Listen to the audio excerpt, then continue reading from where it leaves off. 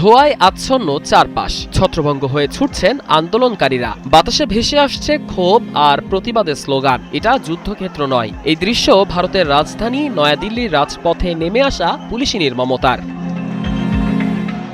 NEET পরীক্ষার প্রশ্ন ফাঁস এবং শিক্ষা ব্যবস্থার দুর্নীতির বিরুদ্ধে নিজেদের ভবিষ্যৎ বাঁচাতে হাজার হাজার শিক্ষার্থী যখন সংসদ অভিমুখে পদযাত্রা করছিল, তখনই তাদের ওপর ধেয়ে আসে মোদির পুলিশ বাহিনী, টিয়ার গ্যাসের সেল ও বেপরোয়া লাঠিচার্জ। গুড়ি গুড়ি বৃষ্টির মাঝেই যন্তর মন্তরের মোড় মুহূর্তের মধ্যেই রূপ নেয় রণক্ষেত্রে। শিক্ষার্থীদের আত্মরক্ষার আকুতি উপেক্ষা করেই পুলিশ তাদের তাড়িয়ে দিতে শুরু করে এক নির্মম অভিযান।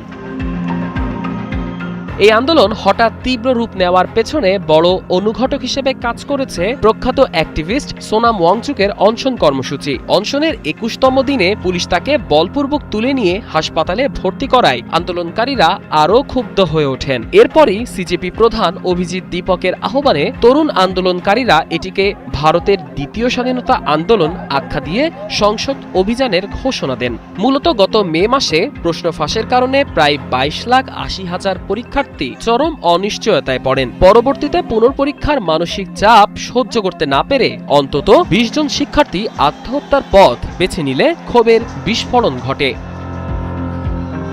বিক্ষোভকারীদের মূল দাবি শিক্ষামন্ত্রী ধর্মেন্দ্র প্রধানের অবিলম্বে পদত্যাগ এবং শিক্ষা ব্যবস্থার আমূল সংস্কার। এদিকে আন্দোলন রুখতে মধ্য নয়াদিল্লির ইন্টারনেট সংযোগ বিচ্ছিন্ন করে দেয় প্রশাসন। গুড়ি গুড়ি বৃষ্টি আর পুলিশের বিশাল ব্যারিকেড ভেঙে শিক্ষার্থীরা এগোতে চাইলে শুরু হয় সংঘর্ষ।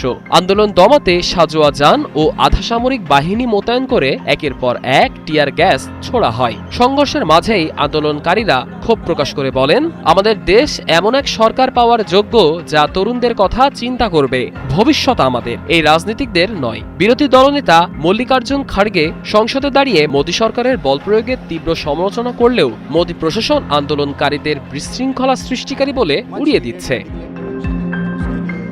সব মিলিয়ে ২২ লক্ষাধিক শিক্ষার্থীর জীবন অনিশ্চিত হয়ে পড়া আর পরপর একাধিক শিক্ষার্থীর আত্মহত্যার ক্ষোভ এখন ভারতের মস্তক কাঁপিয়ে দিচ্ছে। সিজেপি স্পষ্ট জানিয়ে দিয়েছে, শিক্ষামন্ত্রী ধর্মেন্দ্র প্রধানের পদত্যাগ এবং এই স্বৈরাচারী আচরণের জবাব না পাওয়া পর্যন্ত তারা রাজপথ ছাড়বে না। টিয়ার গ্যাস আর লাঠিচার্জ দিয়ে কি কোটি কোটি তরুণ শিক্ষার্থীর লড়াইকে সত্যি স্তব্ধ করতে পারবে মোদী সরকার, নাকি ওয়াংচুকের অনশন আর দিল্লি রাজপথের এই আন্দোলন ভারতের রাজনীতিতে নতুন কোনো অভ্যুত্থানে জন্ম দেবে, তা এখন দেখার বিষয়।